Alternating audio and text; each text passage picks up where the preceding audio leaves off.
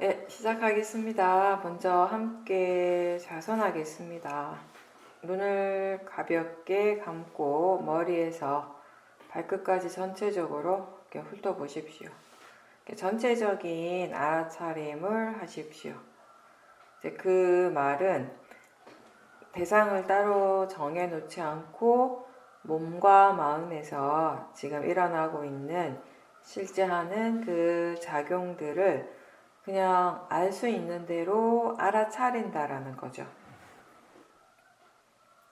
몸을 대상으로 본다, 물질을 안다라고 하는 것은 기본적으로 이 몸에서 일어나고 있는 다양한 감각을 대상으로 알아차림하는 것이죠. 우리가 보통 몸이라고 할 때 그냥 일반적으로 생각하는 다리를 본다, 머리를 본다 이런 의미가 아니라, 그래서 이 몸을 대상으로 수행을 하기 위해서 우리는 눈을 뜨고 보는 것이 아니라, 눈으로 보는 것이 아니라 이 감각이 일어나고 있다라고 아는 것이에요. 그리고 그 안다라고 하는 것은 눈의 일이 아니라 마음의 일인 거죠. 눈으로 이렇게 보지 않더라도 누구나 다 감각을 느끼는 거죠. 이 감각이 일어나고 있다라고 다시 아는 것이 바로 알아차림입니다. 우리가 이제 표현적으로는 안다, 본다, 뭐 관찰한다 이런 표현을 쓰죠. 수행한다라는 윗바사나 수행에서는 그렇죠. 윗바사나 수행에서 수행한다라고 하는 것과 같은 의미가 이제 그런 단어들이에요. 안다, 본다, 지켜본다, 관찰한다.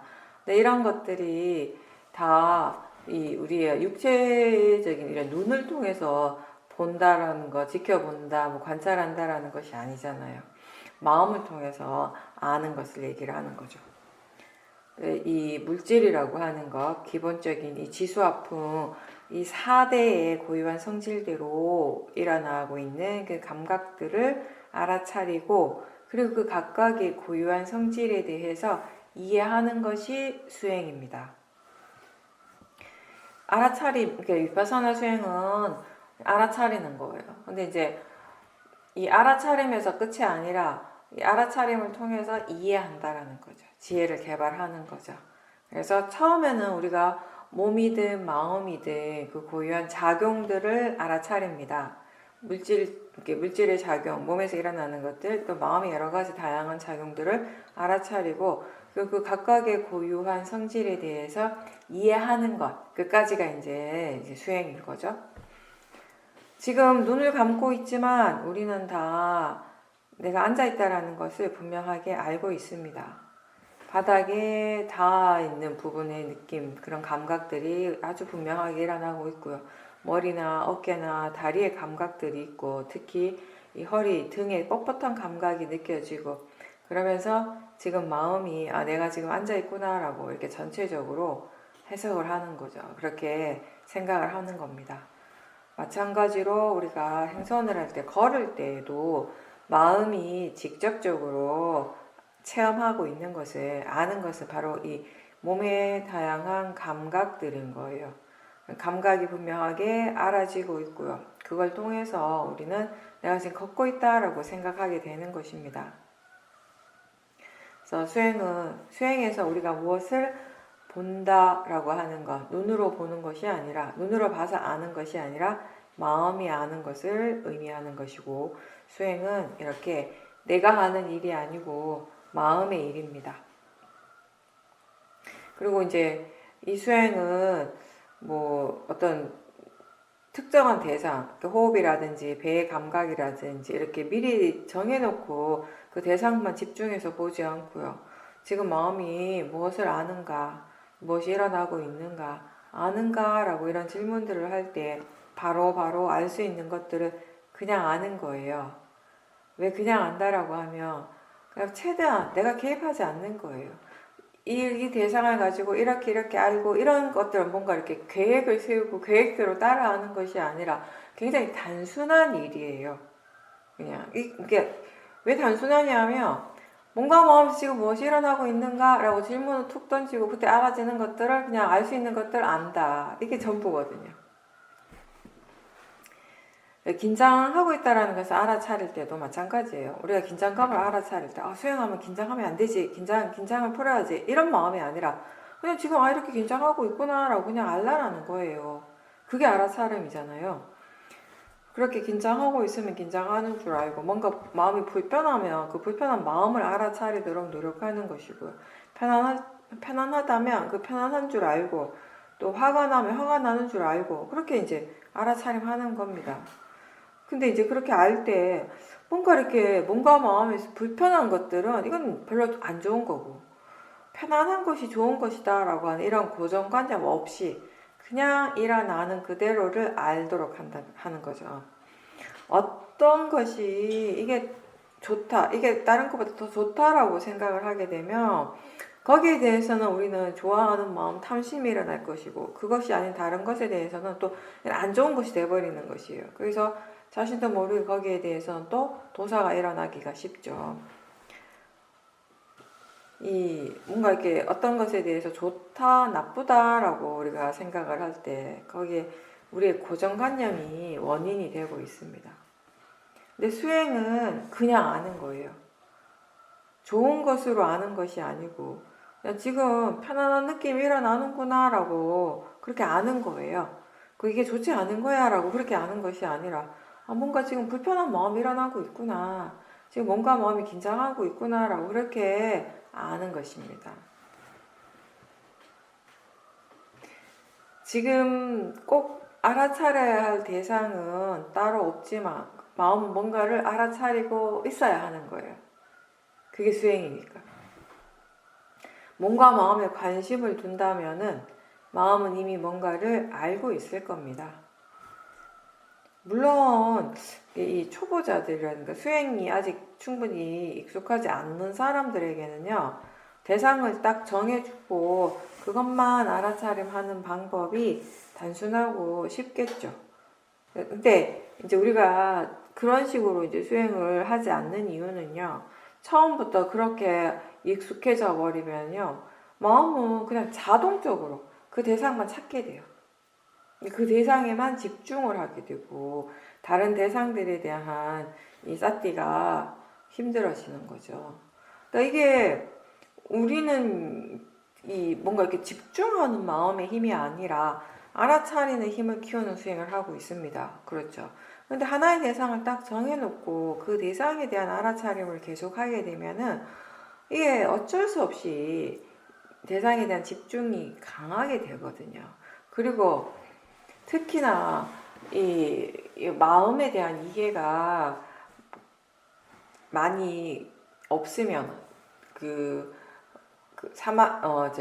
파라마타와 관념에 대한 이런 차이, 이 각각에 대한 이해가 별로 없는 상태라면, 특히 하나의 대상을 딱 정해놓고 그 대상에 대한 사티를 하게 되면요, 점점 이 대상의 관념적인 부분으로도 집중할 확률이 굉장히 많습니다. 하나의 대상에 대한 집중이 강해질수록 알아차림은 약해져요. 수행이 이제 능숙해지고 일상에서의 사티가 자연스럽게 이어질 때, 제 자신을 이렇게 비춰보면요, 그 이전과 이후를 비교를 해보면 가장 달라진 점 중에 하나는 뭐냐면, 생각의 내용에 빠지지 않고 어떤 대상에 대해서 마음이 강하게 집중하는 일들이 확실하게 줄어들었다라는 거예요.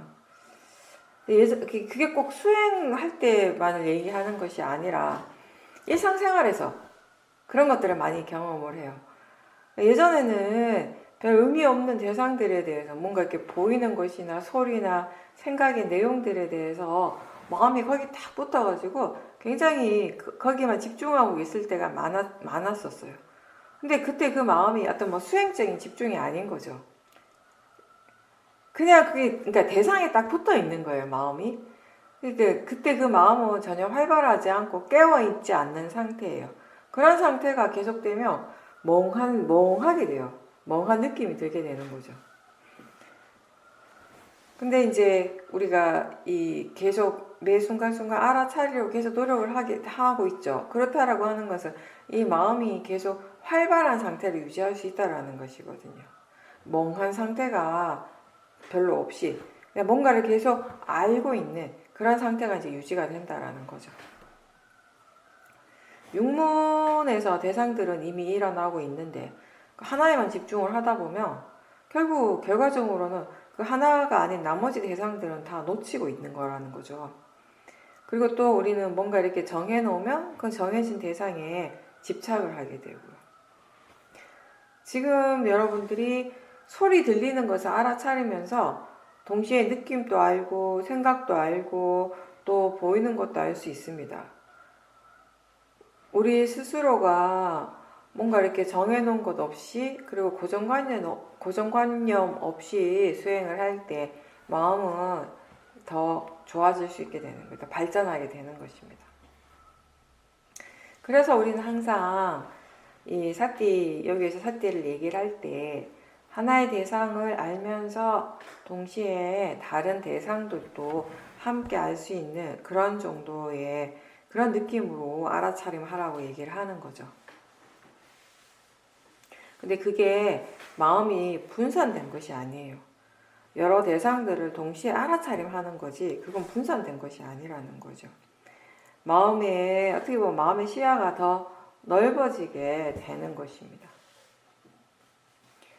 호흡을 알아차림 한다라고 할 때 그때도 사실 호흡만 안다라는 그런 의미가 아니라 몸의 감각이든 소리나 생각이나 이런 다른 대상들에 대한 알아차림도 함께 있는 거예요.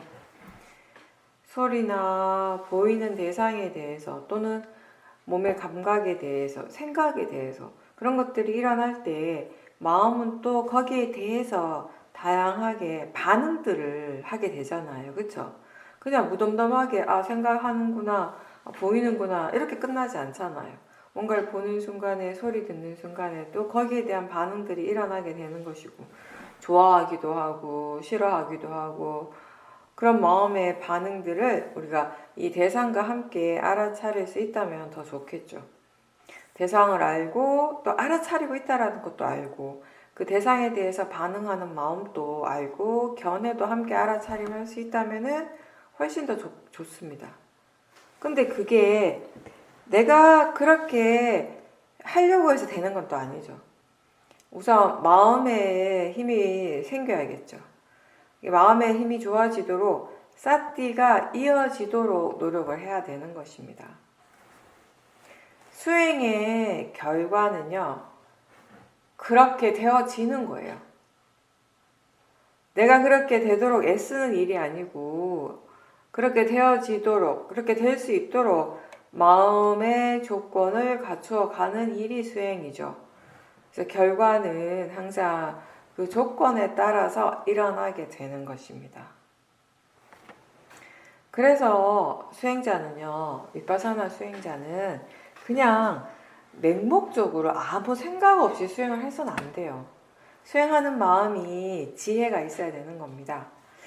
처음에는 이제 들어서 아는 것을 계속 반복하게 돼요. 그러면서 점점점 수행이 익숙해지고요. 그래서 나중에 수행이 충분히 능숙하게 되었을 때는 마음이 지금 수행을 어떻게 하고 있는지, 마음이 지금 어떤 식으로 일어나고 작용하고 있는지 이런 것들에 대해서 항상 관심을 두고 말 그대로 지켜보는 거예요.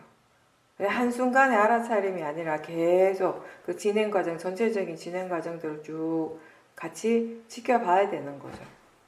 그렇게 해서 이 수행을 잘 하게 하는, 수행이 잘 되게 하는 조건은 어떤 것이고요. 또 수행이 잘 되지 않을 때는 그때 마음의 조건들은 어떤지 이런 것들에 대해서 조사도 할 수 있어야 되는 거죠. 단순한 알아차림만이 전부가 아니에요. 오력이 함께 일을 하는 거죠. 사띠, 사마디, 위리아, 신심이. 신심, 지혜까지요. 그래서 수행하는 마음이 점점점 이렇게 발전해 가는 것입니다. 그런 과정들을 거치며 우리가 이 자연스러운 알아차림과 위리아가 있고요. 그리고 일상에서도 이 대상이 흔들리지 않고 동요하지 않는 그런 이 사마디하고 이 마음의 성질을, 물질과 마음의 성질을 이해하는 그런 지혜, 그리고 바른 신심과 같은 이런 좋은 마음들이 계속 이렇게 개발되는 거예요. 증장되는 거죠. 알아차린다, 수행한다라고 할 때 이 오력의 마음들이 항상 함께 있도록 노력해야 돼요. 수행한다라고 하는 것은 이 오력의 마음을 계속 키워가는 것이고요. 이 오력의 균형을 맞춰가는 일인 거죠. 처음에는 지금 알아차릴 수 있는 이 대상으로 최대한 이렇게 사티가 자주 일어날 수 있도록 질문을 자주 하는 겁니다. 이 수행에서, 우리가 하는 수행에서는 질문이 굉장히 많은 역할을 하게 돼요. 중요한 역할을 하게 되죠.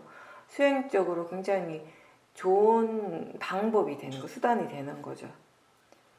그래서 알아차림이 처음에는 딴 건 없어요. 알아차림이 최대한 자주 일어날 수 있도록, 그리고 알아차림이 이어질 수 있도록 노력하는 거, 그게 최선이 되는 것이고요. 사티의 가속도가 생길 수 있도록 견해를 계속 확인하고요. 바른 견해도 계속 생각해주고 일깨워주고 알아차림이 있는가에 대한 질문을 계속 하는 겁니다. 여러분들이 수행을 오래 하신 분들이 많은데 수행을 어느 정도 이렇게 잘 하고 있다가도 마음의 질이 훅 떨어질 때가 있거든요. 그래서 뭔가 이렇게 수행을 다시 이렇게 시작을 해야 될 때 그때 다른 거 없습니다. 계속 사티 있는가에 대한 질문, 그리고 바른 견해를 확인하고 바른 견해에 대한 생각, 그 바른 견해를 계속 일깨워주는 거, 이거 계속 하는 거죠. 이제 수행자들이 자주 범하는 오류가 뭐냐면 이 마음을 지켜보는데 그때 만약에 좋지 않은 마음들이 일어난다면 뭐 번뇌라든지, 그리고 대상이 뭔가 이렇게 내가 원하지 않는 대상들, 그런 대상들이 일어난다면은 거의 대부분 자동적으로 그걸 빨리 없애고 싶어 하는 거예요. 뭔가 이렇게 그런 상태를 빨리 바꾸고 싶어 하는 거예요. 그게 대상이라면 없애고 싶어 하고, 그게 마음의 상태라면 바꾸고 싶어 하게 되겠죠. 그러려고 이제 애쓰게 되죠. 이게 수행 이러면은 뭔가 좋지 않은 것들을 빨리 이렇게 사라지게 하고 좋은 것들만 계속 일어나게 하는 일인 것 같은 그런 느낌으로 이제 처음에는 수행을 하게 돼요. 수행이 좋은 마음을 개발하는 일인 건 맞죠. 근데 이게 이 의미가 그 좋지 않은 것들이 일어날 때 그걸 빨리 없애야 돼, 또 이런 의미는 아니라는 거예요. 왜냐하면 그건 내가 할 수 있는 일이 아니거든요. 수행자가 할 일은 지금 대상이 무엇이든지 상관없이, 그게 선법이든 불선법이든 다 이 수행자가 할 일은 그 대상에 대해서 바른 견해를 가지고 바르게 생각해주고, 그러면서 이 알아차림을 계속 유지하고자 하는 그 노력인 거죠. 그리고 우리는 할 수 있다면은 대상 쪽보다는 수행하는 마음 쪽을 더 집중해서 봐야 합니다. 지금 이 알아차림이 있는지, 그리고 바른 견해가 있는지, 그런 것들을 계속 확인을 해야 되고, 만약에 그렇다면 사티가 있고 바른 견해가 있다면은요, 그 알아차림이 이 번뇌를 약하게 하는 것이에요. 그렇게 계속 알아차리고 함으로써 이 번뇌의 힘이 점점 약해지게 되는 것입니다. 그리고 그 사라지게 하는 것, 그리고 번뇌가 일어나지 않도록 하는 것은 단순한 알아차림의 역할이 아니라 거기에는 지혜가 있어야 됩니다. 어떤 지혜인가 하면 그 번뇌가 무엇인지, 그 번뇌의 성질이 어떤지를 이해하는 지혜가 필요한 거죠. 그 번뇌를 이해하지 않고는 번뇌를 사라지게 하기가 불가능하죠. 그래서 번뇌가 일어날 때마다 우리는 그 번뇌를 대상으로 지켜보고자 노력해야 된다는 것입니다. 비파사나 수행은 지금 일어나는 마음의 상태가 어떻든지 그걸 바꾸려고 애쓰지 않고 그 마음을 있는 그대로, 일어나는 그대로 알아차리는 수행이라는 것을 항상 기억하십시오. 이게 너무 많이 들어가지고 당연하게 생각하는데, 당연히 그렇지라고 수행자들은 생각하는데, 또 재밌는 건 막상 본인이 번뇌가 강하게 일어나거나 뭐 그런 상황이 되면은 자신도 모르게 자꾸 그 대상을 어떻게 하려고 하는 그런 마음들이 쉽게 일어난다라는 것이에요. 나한테 일어나는 것, 좋지 않은 것은 빨리 버리고 좋은 것만 딱 이렇게 잡고 있으려고 하는 것, 그 좋은 것만 취하려고 하는 것이 아니라 불선법도 선법도 결국엔 다 법이라고 알고 대상이라고 아는 것, 그게 바른 마음가짐이죠. 지금 우리한테 일어나고 있는 건 문제가 일어나는 것이 아니고요. 잘못된 것이 아니고요. 그냥 대상이 일어나고 있습니다. 제가 정말 자주 얘기하죠. 대상이 일어나고 있고 마음이 일어나고 있습니다. 그래서 고요하면 고요하다고 알고요. 마음이 고요하지 않고 이렇게 복잡하면 번다 하면 또 그렇다라고 알면 되는 것입니다. 번다한 마음, 들뜬 마음을 고요하게 바꾸려고 하지 않고요.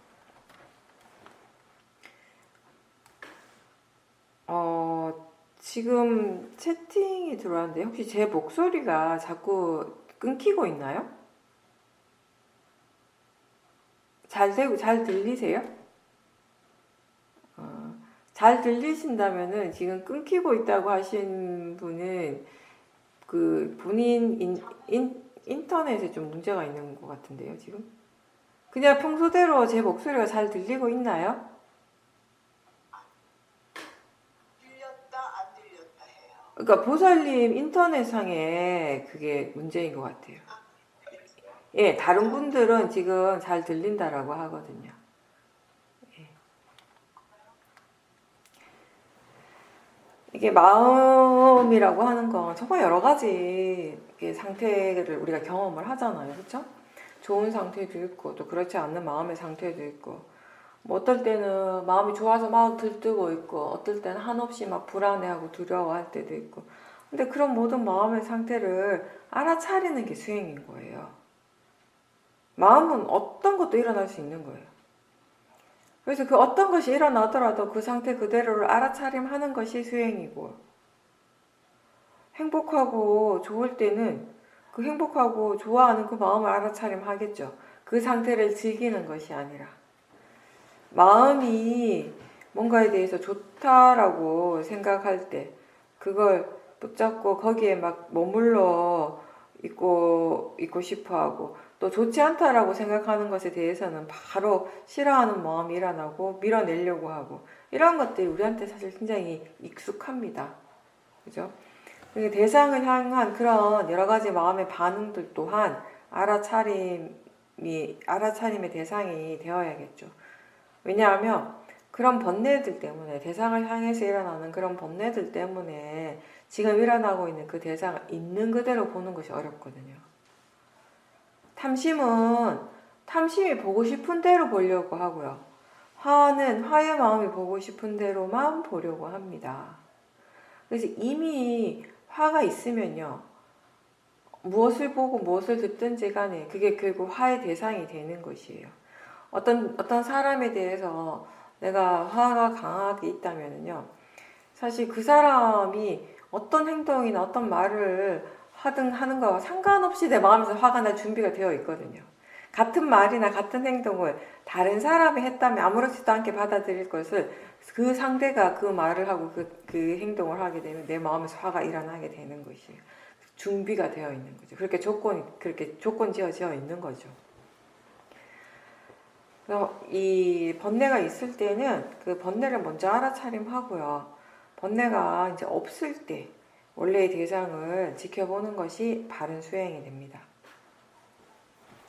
마음이 무엇을 좋다라고 생각하고 무엇을 좋지 않다라고 생각하고 있는지를 알아야지 이게 정말 맞는지 정말 그게 바른 건지 이게 자신에게 유익하고 적절한 것인지 이해할 수 있게 되는 거예요. 우리는 좋다라고 믿는 것에 대해서 사실상 무엇이 정말 좋은 건지를 모를 때가 의외로 많아요. 그냥 탐심이 좋아하니까 좋다라고 생각하는 거예요. 반대의 경우도요. 뭔가 좋지 않다라고 생각하는 것에 대해서도 왜 안 좋은 건지, 무엇이 안 좋은지 그런 거에 대해서는 잘 몰라요. 그냥 화의 생각을 따라가는 거예요. 화의 생각을 믿게 되는 거죠. 그래서 수행을 한다라고 하는 것은 그러한 것들을 이제 알아차림하고 그게 정말 그런 것인지 그리고 그렇게 그 마음을 따라가고 그 마음을 믿는 것이 자기 자신에게 이익이 있는 건지, 그게 정말 필요하고 적절한 선택인지를 우리는 스스로 조사하고 확인해 보는 과정들을 계속 거치게 되는 거예요. 반복해서.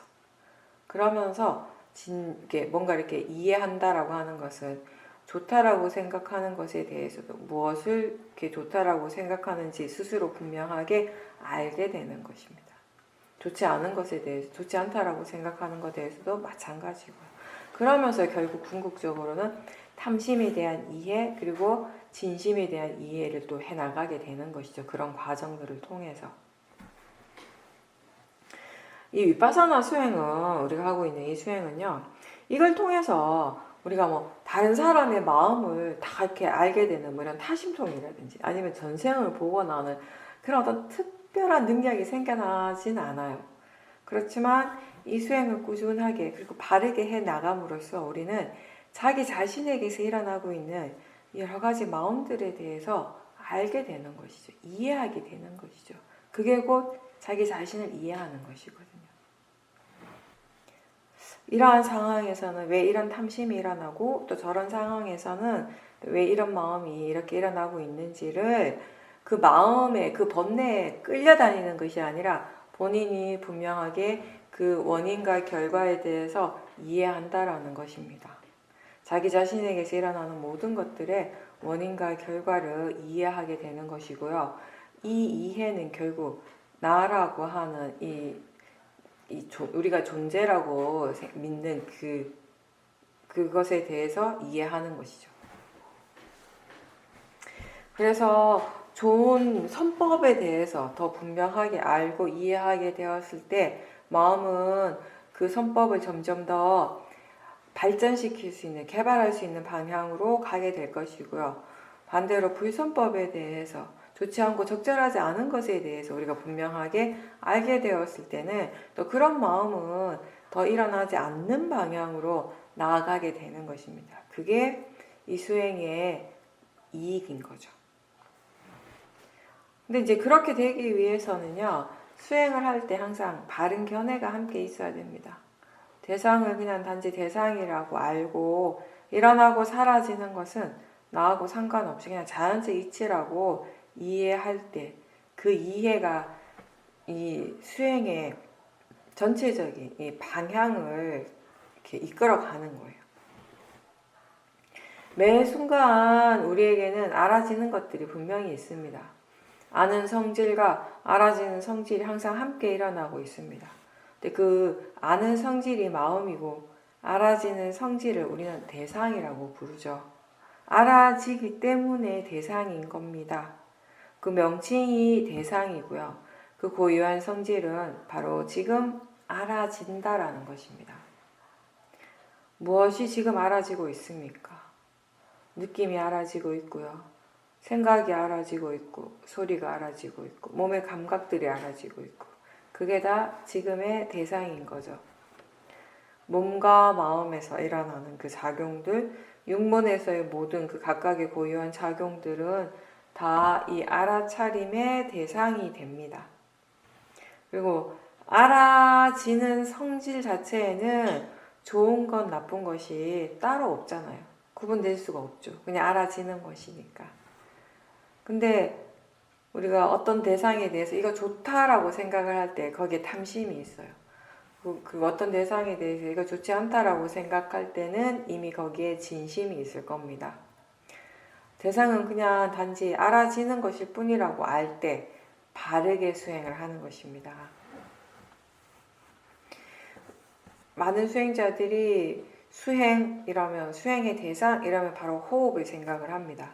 근데 이러한 대상의 성질로서 볼 때 호흡이 다른 것보다 더 좋은 대상이 될 수 있는가라고 한다면 그건 아닌 거죠. 그냥 대상일 뿐인 거죠. 호흡도. 여러 가지 그냥 알아지는 그냥 그 대상 중에 하나인 거예요.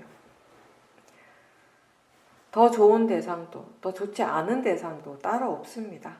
그냥 알아지는 성질이고 대상일 뿐입니다. 그렇게 알면서 수행을 할 때 마음은 이제 어떠한 대상도 거부하지 않고 또 어떠한 대상에도 집착하지 않고 그냥 일어나면 일어나는 대로 알고 있는 그대로 받아들일 수 있게 되는 것이에요. 그래서 그런 마음으로 이제 우리가 수행을 하기 때문에 한 번에 여러 가지 대상들을 알지만 마음이 막 이렇게 분산된다라는 느낌을 갖지 않는 거죠. 근데 물론 이제 수행자들 중에서는 처음에 수행을 할 때 호흡만 대상으로 수행을 한 사람들이 꽤 많아요. 그렇게 처음부터 호흡만 대상으로 수행을 해왔다면요, 수행할 때마다 마음은 자동적으로 호흡으로 가게 돼 있어요. 그리고 다른 대상들에 대해서는요, 알아차림이 잘 안 돼요. 호흡에 대해서는 잘 되는데 다른 데는 잘 안 된단 말이에요. 그러다 보니까 수행자들이 어떻게 생각하냐면 호흡이 좋은 대상이구나 이렇게 생각을 하는 거예요. 근데 호흡이 원래 좋은 대상은 아닌 거예요. 그냥 대상일 뿐인데 처음부터 마음이 그 호흡이라고 하는 그 하나의 대상 쪽으로만 수행을 개발해 왔기 때문에 마음을 개발했기 때문에 결과적으로 그렇게 되는 것이지 호흡이 더 특별히 좋아서 그런 건 아니라는 거예요. 그걸 이제 우리가 알아야 된다는 거죠. 어떻게 개발하는가에 따라서 마음의 조건이 달라지는 거예요. 호흡 자체의 일이 아니라 이건. 그때 사람들은 호흡이 좋은 대상이다 라고 생각을 한다는 거죠. 이 대상이 다른 대상들보다 더 좋다라고 생각하면 마음은 100% 그 대상에 딱 집착을 하게 돼요. 붙어버리게 돼요. 그럴 때 그 집착하는 마음을 바로 알아차리는 것이 바른 수행인 거죠. 그래서 어떤 대상이나 무엇을 체험하든지 간에 그것에 대해서 이건 좋다 나쁘다라고 판단을 하기보다는 그냥 대상이라고 그렇게 아는 거죠. 그렇게 일깨워 주십시오. 대상은 선법이든 불선법이나 다 상관없습니다. 뭐든 괜찮습니다. 마음이 지금 알아차리고 있다면 수행하는 것이고요.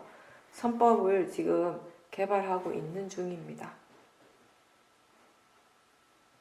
대상을 알아차릴 때 우리 마음이 대체로 좋아하고 싫어하는 마음의 반응이 일어납니다. 대상이 그 각각의 대상에 대한 우리가 고정관념이 있고요. 그 고정관념에 따라서 생각을 하고 판단을 하면서 여러 가지 또 번뇌들이 일어나게 되는 거죠. 근데 이제 우리가 수행을 할 때 어떤 대상이든지 그럼 그냥 알아지는 성질일 뿐이라고 그렇게 일깨워주고 그렇게 알 때 번뇌가 훨씬 덜 일어나게 된다는 거죠.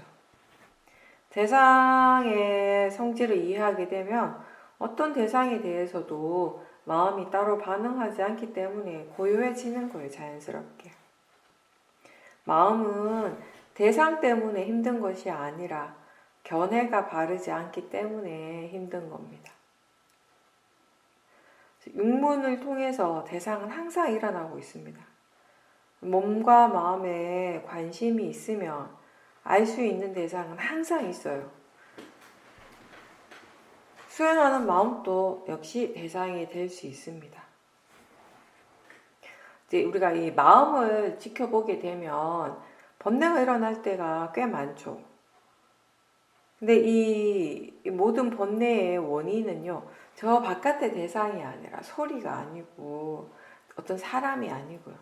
각자 자신의 마음의 견해가 바르지 않기 때문인 거죠.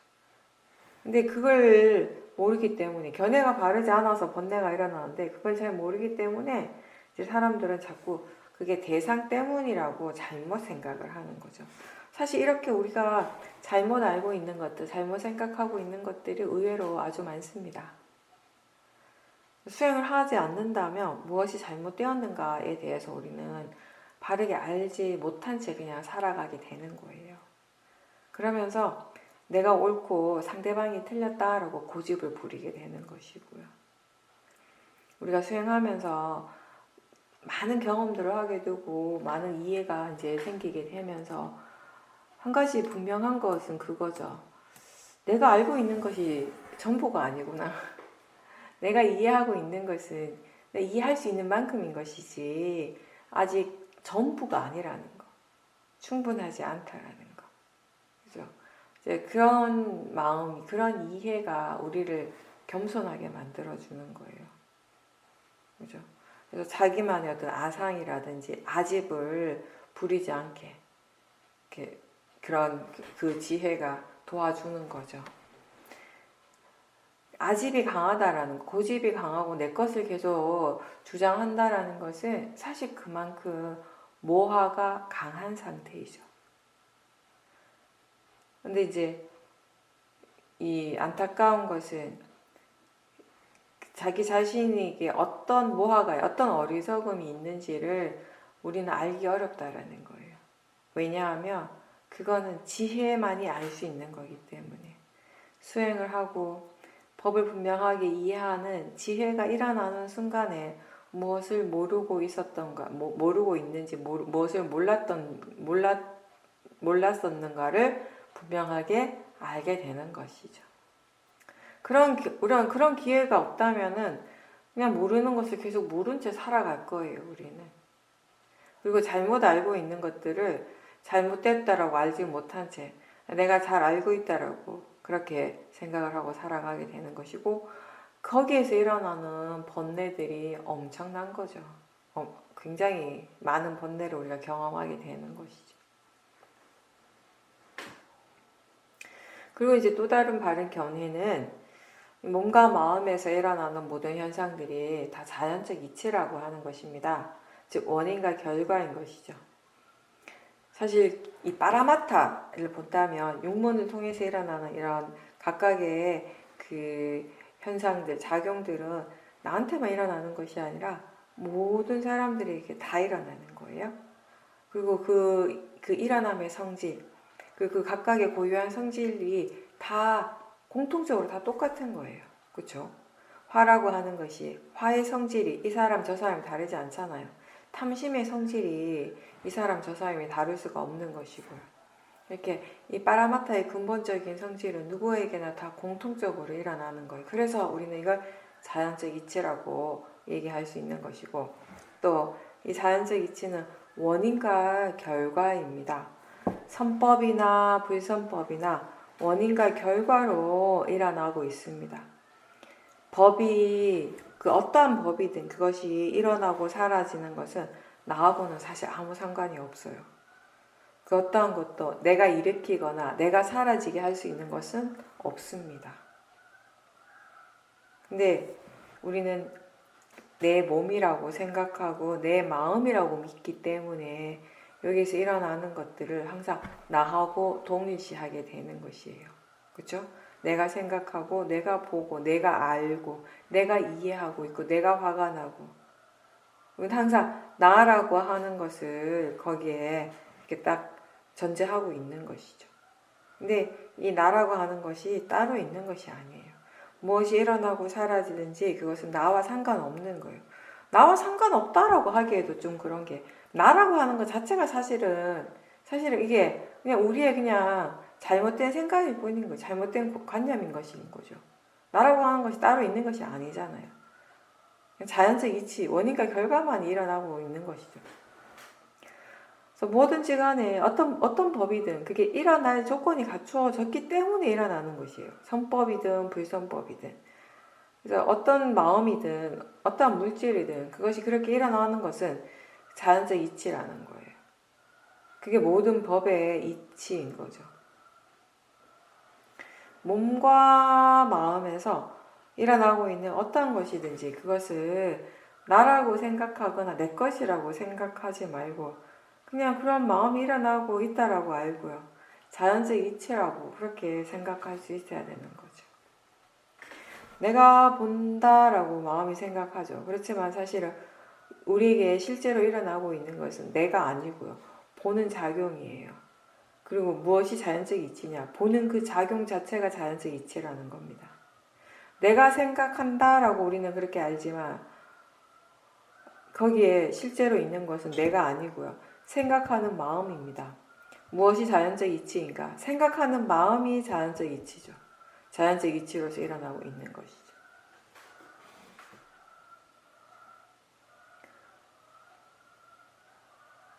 나하고 상관없이 일어날 조건이 갖추어진 대로 일어나고 있다라고 아는 것, 그렇게 이해하는 것이 지혜죠. 원인과 결과라고 하는 이 법의 이치를 이해하는 것이 곧 무아에 대한 이해입니다. 그래서 알아차릴 때 자연적 이치라고 일깨워 주십시오. 불교는 어떤 존재에 대한 또 그 정의를 내리진 않아요. 그 존재를 확인하는 수행이 아니에요. 그것이 그냥 우리가 존재라고 생각하는 것, 그것이 어떻게 일어나고 있는가, 그 일어남의 이치를 설명을 하고 있어요. 일어나고 사라지는 그 이치를 설명하고 있고, 그게 바로 원인 결과예요. 그게 곧 연기인 것이죠. 모든 파라마타는 자연적 이치로서 그렇게 조건 지어져서 일어나고 사라지는 것이지 거기에 어떠한 실체가 따로 있지는 않다라는 겁니다. 그냥 일어나고 사라지고 일어나고 사라지고 원인 결과의 그런 진행 과정들이 계속 이어지고 있다라는 것입니다. 마음과 대상이 이렇게 서로 연기적으로 일어나고 사라지고 있고, 몸과 마음도 역시 그런 연기적 관계에서 일어나고 있습니다. 서로가 서로에게 조건 지어지고 있다는 것이죠. 자연적 이치에 대한 이해가 곧 원인과 결과를 이해하는 것이고, 이게 곧 연기를 이해하는 지혜가 되는 것이죠. 근데 이러한 이해는 지금 현재 이 몸과 마음에서 일어나고 있는 것을 있는 그대로 계속 관찰을 함으로써 이해할 수 있게 되는 법의 이치인 거죠. 그래서 불교의 법은 각자가 자신의 이런 수행을 통해서 스스로 이해해 가는 것입니다. 수행에 능숙하다라고 하는 것은 어떤 상황이나 조건에서든지 마음이 수행을 할 수 있다라는 그런 의미겠죠. 이거는 기본적으로 수행할 줄 아는 지혜가 있어야지 가능한 겁니다. 먼저 우리에게 수행할 줄 아는 지혜가 있고, 그리고 그 수행을 통해서 법을 이해하는 통찰의 지혜가 계속 개발이 되는 것입니다. 수행자들이 본인의 수행에 대해서 이야기를 할 때 지금 알아차림이 좋은지 나쁜지에 대해서 알아요. 지금 일어나는 것이 좋은 대상인지 아닌지, 좋은 체험인지 아닌지 이런 것들은 아는데 왜 그런지에 대해서는 잘 몰라요. 그쵸? 사띠가 잘 이어지고 있다면, 수행이 지금 좋다면 왜 좋은지, 어떻게 잘 이어지는지, 반대의 경우는 또 왜 그런지 이런 것들에 대해서는 잘 모른다라는 거죠. 어떻게 해서 그런 결과가 일어날 수 있는가에 대해서는 잘 모른다라는 것입니다. 그거는 마음이 지금 어떻게 일어나고 있는지, 어떻게 작용을 하고 있는지, 마음이 지금 어떻게 알아차리고 있는지 이런 과정들을 충분히 잘 알지 못하기 때문인 거죠.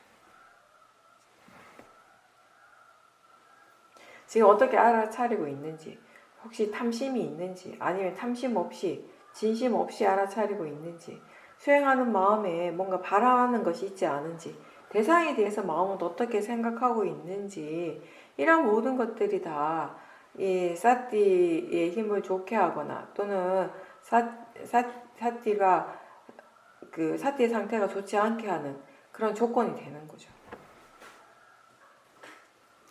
그러니까 이 불교의 수행은 그런 거예요. 그러니까 본인 스스로 체험을 하고 그 체험을 통해서 계속 이해해 가는 거죠. 법에 대해서. 그러니까 법을 다른 사람이 이해시켜 줄 수가 없는 것이거든요. 법은 어떤 것이다 라고 이야기해 줄 수 있고 그 얘기를 내가 들을 수는 있는데 그걸 듣는다라고 해서 또 이렇게 사고적으로 이 생각을 통해 숙고를 통해서 이해할 수 있는 그런 차원이 아니거든요. 법이라고 하는 것은 많은 수행을 통해서 이 체험을 통해서 뭔가 이렇게 깨닫는 그런 과정인 거죠. 그래서 이제 우리가 수행 인터뷰를 하잖아요. 인터뷰도 사실은 자기 자신에게서 일어나는 것들을 있는 그대로 이렇게 솔직하게 이야기를 하고, 그리고 왜 그렇게 일어나는지, 몸과 마음에서 그런 작용들이 왜 그렇게 나타나는지를 우리가 이제 사실은 수행자가 스스로 그것에 대해서 진짜 궁금해하고 이해하고자 하는 그런 마음으로 포기하지 않고 계속 수행을 하면서 계속 꾸준하게 수행을 하면서 그 답을 얻는 거예요. 그게 수행의 진정한 의미가 되는 거죠. 그렇게 알게 되잖아요. 그거 절대 안 잊어버립니다.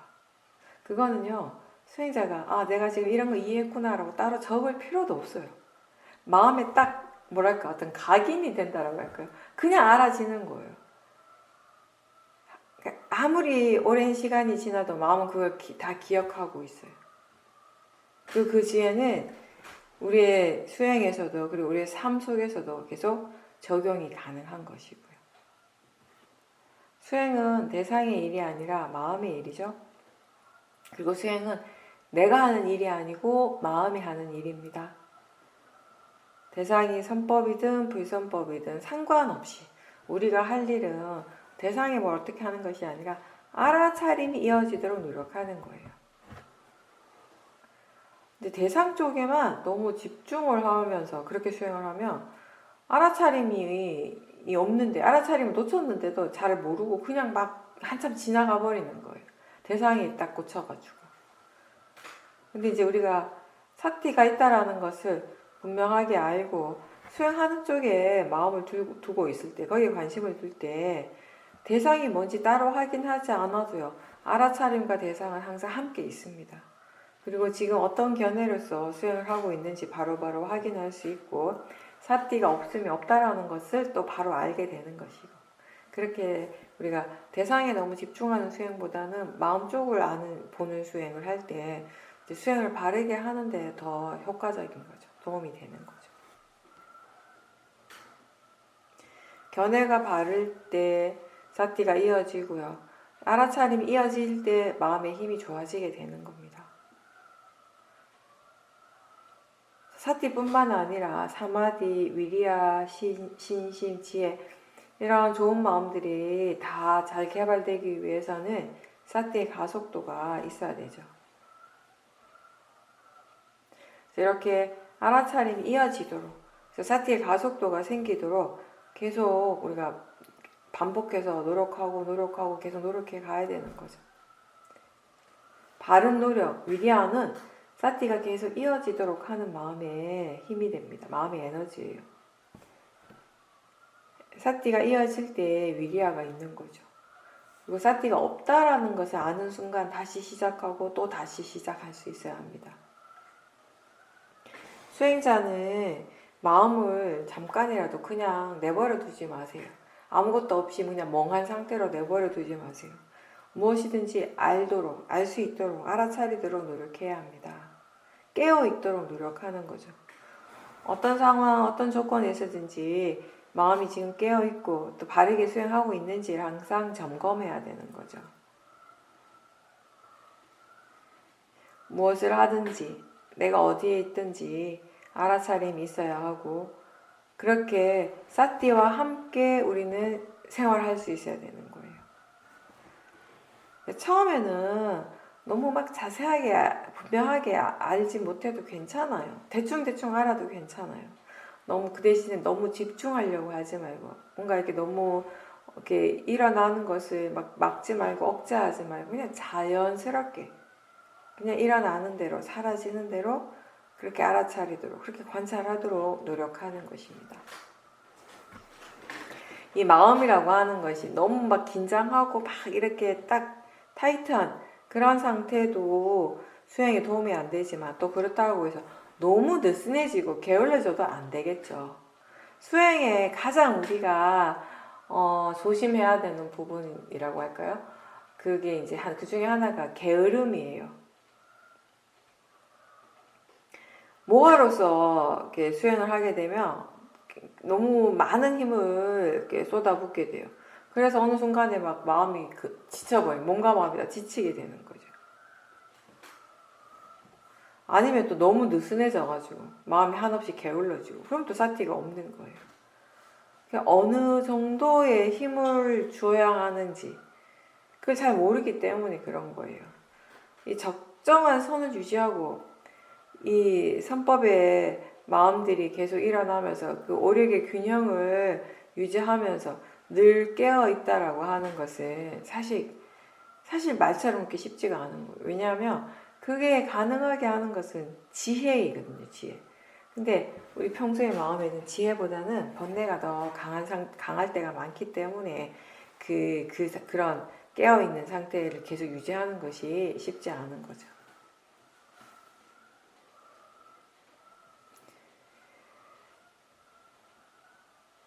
뭔가 이렇게 적정함을 안다라고 하는 거, 제가 자주 얘기하는 것 중에 하나인데, 그 적절함이라고 하는 것은 이게 쉽지가 않은데, 처음에 왜 쉽지 않냐면 이게 뭔가 이렇게 딱 정해져 있는 것이 아니기 때문에 그런 거예요. 이건 사람마다 다 달라요, 그 적절함은. 그리고 같은 사람이라 하더라도 상황에 따라서 또 계속 달라지는 것이 적절함이에요. 어떤 물리적으로 어떤 한 지점을 딱 놓고 있는 것이 아니라. 왜 우리가 중도를 항상 얘기하잖아요. 그 중도가 어려운 게 뭐냐면 뭔가 또 물리적으로 딱 중간, 그게 아니에요, 중도라고 하는 것은. 이게 중도는 이게 지혜가 있어야 되는 거죠. 무엇을 어떻게 해야 되는가를 알아야 되고, 이게 지금 이게 적절한지, 이게 이익이 있는지, 필요한지, 이런 것들을 다 아는 그 지혜가 있어야 되는 거죠.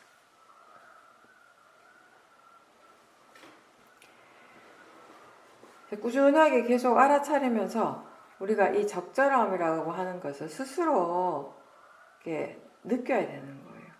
왜 우리가 그런 얘기 하잖아요. 감을 잡는다, 감이 온다, 그쵸? 그러니까 뭔가 다른 사람한테 말로서 표현하기는 굉장히 어려운 거지만 본인한테 굉장히 분명한 것 같아요, 그게. 그런 순간, 우리가 뭔가 이렇게 적절함을 아는 순간들이 왔을 때가. 그렇게 이제 우리가 편안하게 이렇게 수행을 하면서 가장 이 적절한 그런 마음의 균형을 찾아가야 되는 것이죠.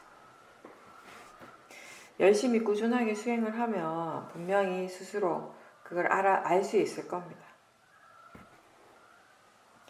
뭐 지혜가 일어났을 때에도요, 번뇌가 완전히 사라진 건 아니에요. 아주 미세한 단계에서는 여전히 번뇌가 있고 뭔가 이렇게 긴장감이 남아있는 경우가 굉장히 많습니다. 알아차림이 굉장히 좋아졌을 때 그 마음이 더 미세한 대상들을 잘 볼 수 있게 될 때 그 미세한 단계들 이렇게 우리가 주의 깊게 보게 되면 거기에 여전히 번뇌가 있거나 마음이 긴장하고 있다는 것을 알게 되는 것이거든요. 그 이전에는 그런 아주 미세한 상태에 그 미세한 그런 마음의 상태를 제대로 보지 못했을 때는요, 뭐 들뜸이나 긴장감 없이 지금 마치 우백가인 것처럼 그렇게 스스로 느꼈어요. 근데 알아차림의 힘이 더 좋아져가지고 더 미세한 대상들을 보게 되니까 아직 여전히 이런 번뇌가 있다라는 것을 나중에 알게 된다라는 거죠. 미세한 그런 단계에서도 여전히 여러 다양한 마음들이, 많은 마음들이 일어나고 있습니다. 그래서 충분히 지켜보고 스스로 거기에 대해서 숙고하고 조사하면서 더 깊은 이해들이 생겨나는 것이고요. 이미 이해했지만 우리가 더 이해하기 위해, 더 깊이 이해하기 위해서 수행을 계속 해야 하는 것입니다. 지금 일어나는 대상에 대해서 마음이 집착하지도 않고 어떠한 저항감도 거부하는 그런 느낌이 없다면 거기엔 분명히 지혜가 함께 있습니다. 그냥 지금 이거 대상일 뿐이라는 거, 알아지는 성질일 뿐이라는 그 이해가 거기에 있겠죠. 우리가 어떤 사람과 관계가 힘들다면, 자꾸 번뇌가 일어나서 힘들다면요, 보통의 마음은 그 사람 때문에 내가 힘들다라고 생각하겠죠. 근데 이제 우리가 수행적인 관점에서 보면 그 사람은 내 수행에 굉장히 도움이 되는 존재예요. 인간관계에서 가장 근원적인 그 밑바탕에는 집착이 있을 확률이 굉장히 높습니다. 특히나 가까운 사이라면 그 집착의 강도가 굉장히 더 강하죠. 집착이 그만큼 강하다라고 하는 것은 화도 역시 그렇게 강하게 일어날 조건이라는 것입니다. 작은 일에도 우리가 참지 못하고 또 화를 내게 되고요. 수행은 그 집착하는 그 마음을 아는 것이고요. 또 그 사람을 만날 때마다, 함께 있을 때마다 그때 일어나는 그 여러 마음들을 바른 견해로서 볼 수 있도록 우리는 그걸 이제 배워가야 되는 거죠. 모든 인간관계에서 그 관계의 근원에 만약에 집착이 없다면은 그 관계는 굉장히 편안해질 겁니다.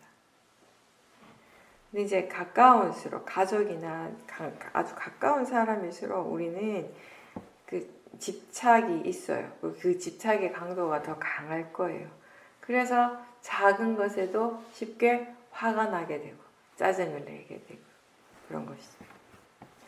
그래서 그 사람과 함께 있을 때 그때 일어나는 마음들과 느낌, 생각들을 다 대상으로 우리가 충분히 지켜보게 되면 결국 이 내 마음의 이 괴로움이라고 하는 것이 저 사람 때문이 아니라 견해가 지금 바르지 않아서 괴롭다라고 하는 것을 이해할 수 있게 되는 거예요.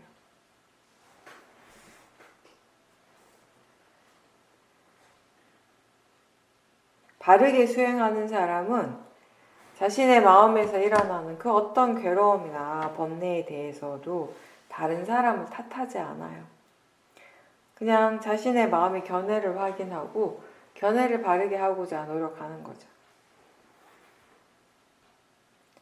수행은 이 두칼을 없애기 위해서 하는 것이 아니라 이해하기 위해서 하는 겁니다.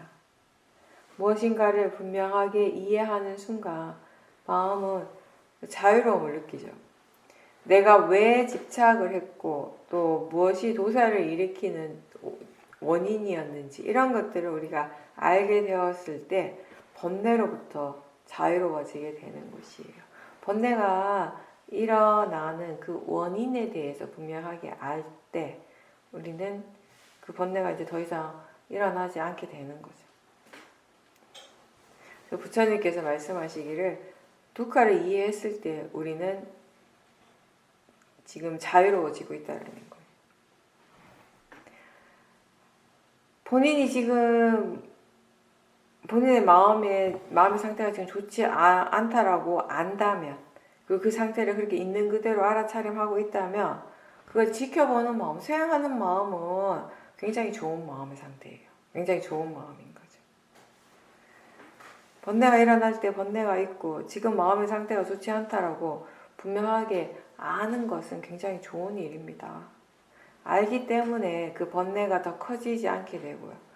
그리고 번뇌를 지켜보고 있을 때 우리는 그 번뇌로부터 어느 정도 보호를 받고 있는 거예요. 지켜보는 그 자체만으로.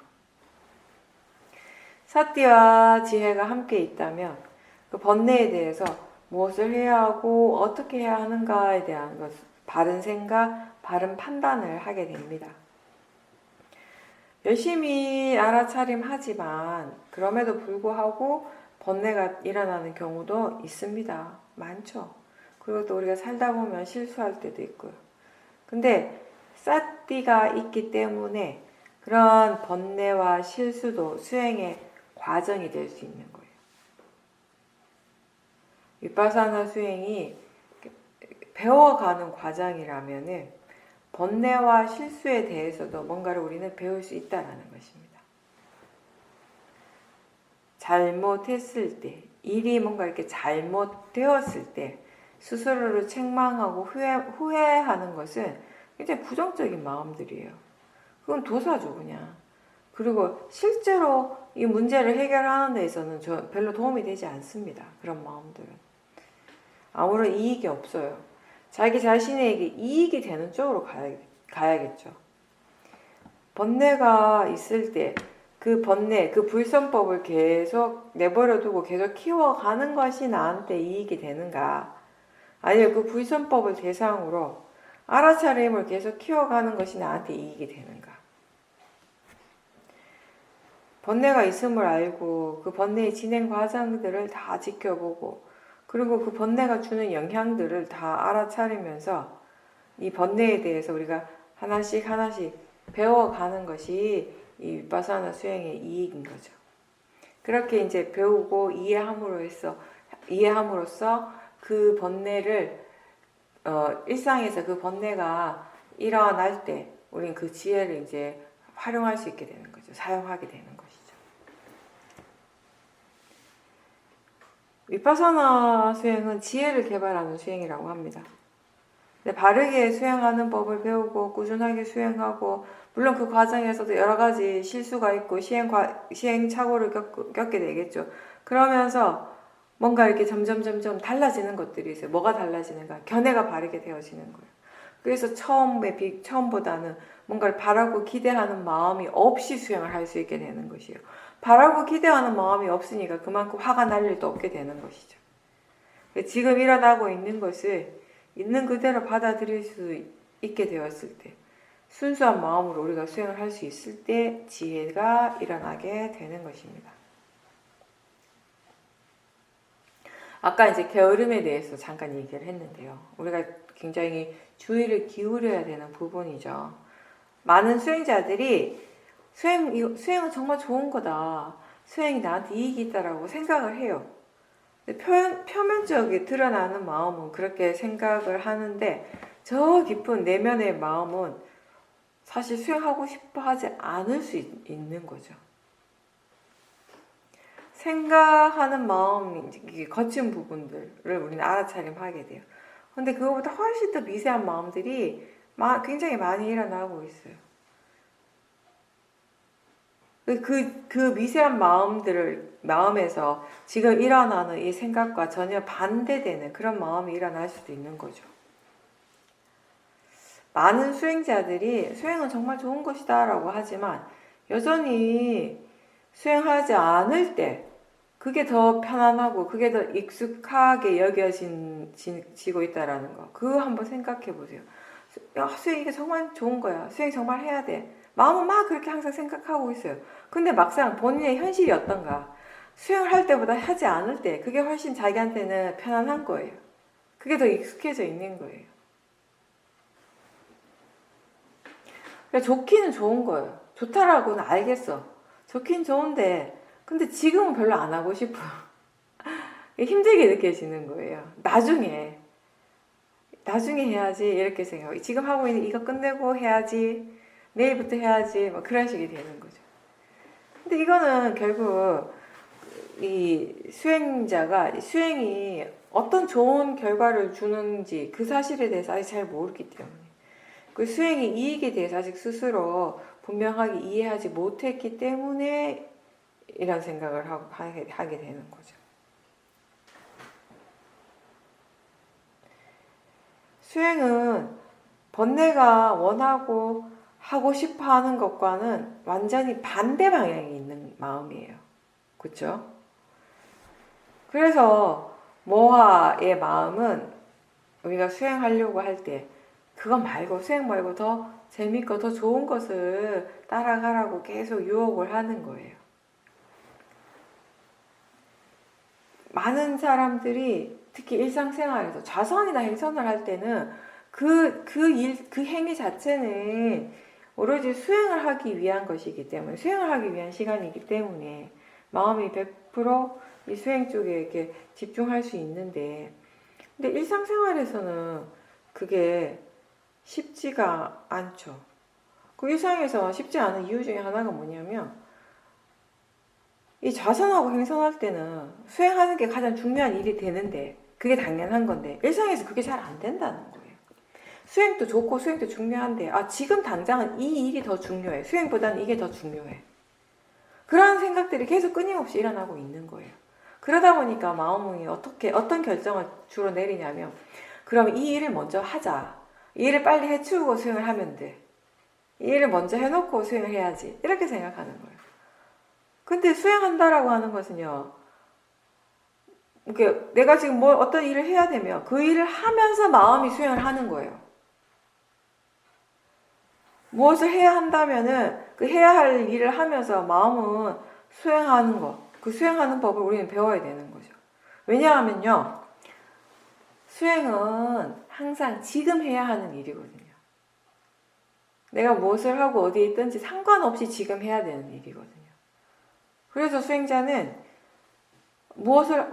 내가 해야 할 일을 하면서 마음이 수행을 하는 법을 배워야 되는 거예요. 거기 익숙해져야 되는 거예요, 일상에서. 그게 익숙해지기 위해서 우리는 따로 시간을 내서 좌선도 하고 행선을 하는 거죠.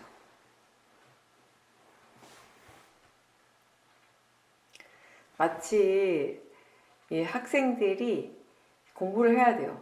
시험이 곧 닥치기 때문에 열심히 이제 공부를 해야 되는데, 공부해야 된다는 거 알아요. 열심히 해야 된다는 거 너무 잘 알죠. 의심의 여지가 없이 잘 알아요. 근데 막상 어떤 식으로 행동을 하는가 하면, 요 책 요거 조금 더 읽고 시험 공부해야지. 요 게임 한 번만 더 하고 시험 공부해야지. 이 드라마 조금만 보고 시험 공부해야지. 유튜브 좀 보고 시험 공부해야지. 이렇게 되는 거죠. 뭐가 중요하고 뭐가 정말 나를 위한 것인가에 대해서 아는 것 같지만 사실은 아직 분명하게 모르는 거죠. 모아가 있는 거죠.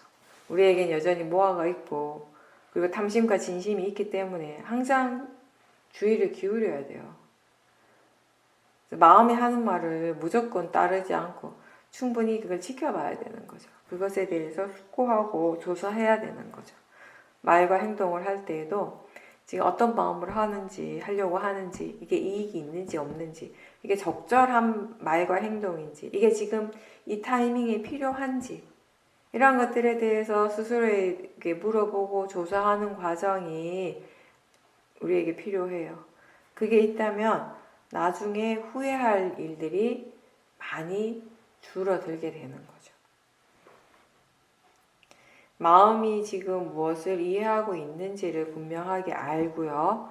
또 얼마나 이해하고 있는가를 안다면은 우리는 지금 알고 있는 것에 대해서 스스로 만족해하거나 자만하지 않을 겁니다. 처음 지혜가 일어날 때는 마치 내가 모든 것을 다 안 것 같은, 다 알고 있는 것 같은 그런 착각이 들지만, 수행을 계속 하면서 지혜는 아직 많이 부족하다라는 그 사실을 스스로 깨닫게 되는 거예요. 아는 것이, 이해하는 것이 아직 충분하지 않다라고 알고, 아직 모르는 것이 많다라고 아는 것, 그 또한 지혜입니다. 그리고 그 지혜는요, 수행을 계속하게 하는, 꾸준하게 계속하게 하는 좋은 동기부여가 되는 거예요.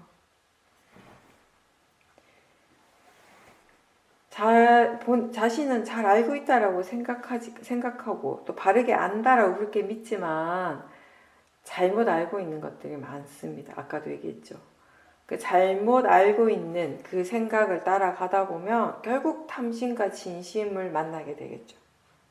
번뇌가 일어나게 되겠죠. 대상 때문이 아니라 바르게 알지 못하기 때문에 괴로워하는 거예요. 괴로움이 뒤따르는 거죠. 안다는 것, 그리고 이해한다라는 것이 결국 우리를 이러한 이 괴로움으로부터 벗어나게 하는, 자유롭게 해주는 그런 유일한 길이 되는 거죠.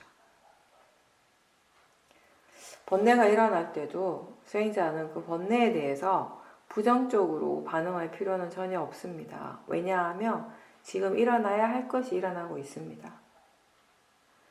자연적 이치를 벗어나는 법은 따로 없어요.